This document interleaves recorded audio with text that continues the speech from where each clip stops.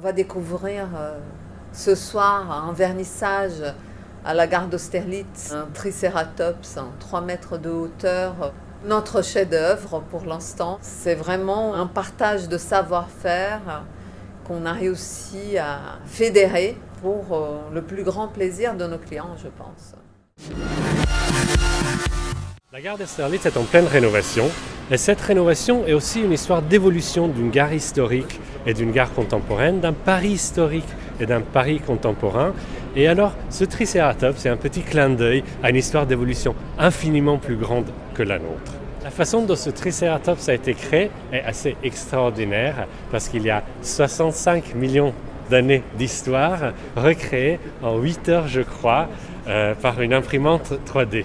Et donc c'est une œuvre assez remarquable et quelque chose qui nous permet aussi d'offrir une médiation à nos clients qui sont des voyageurs, qui ne viennent pas particulièrement en gare pour chercher l'expérience d'un musée, mais qui vont se rapprocher d'un musée et qui vont être dans une logique donc, de médiation, de découverte de ce que nous offrons avec nos partenaires du Muséum d'histoire naturelle. On essaye toujours en paléontologie aussi de reconstituer les animaux tels qu'ils ont pu être. Et ça en est un bel exemplaire, vérifié scientifiquement quand même, c'est pas n'importe quoi, hein, c'est pas une vue de l'esprit, c'était sans doute comme ça, à la couleur près, que ressemblaient ces Triceratops de l'époque. Là par contre, je suis partisan des nouvelles technologies. Je pense que rien ne remplace l'émotion face à un objet réel, et là on est face à une sorte de réalité vraie, puisqu'on peut le toucher.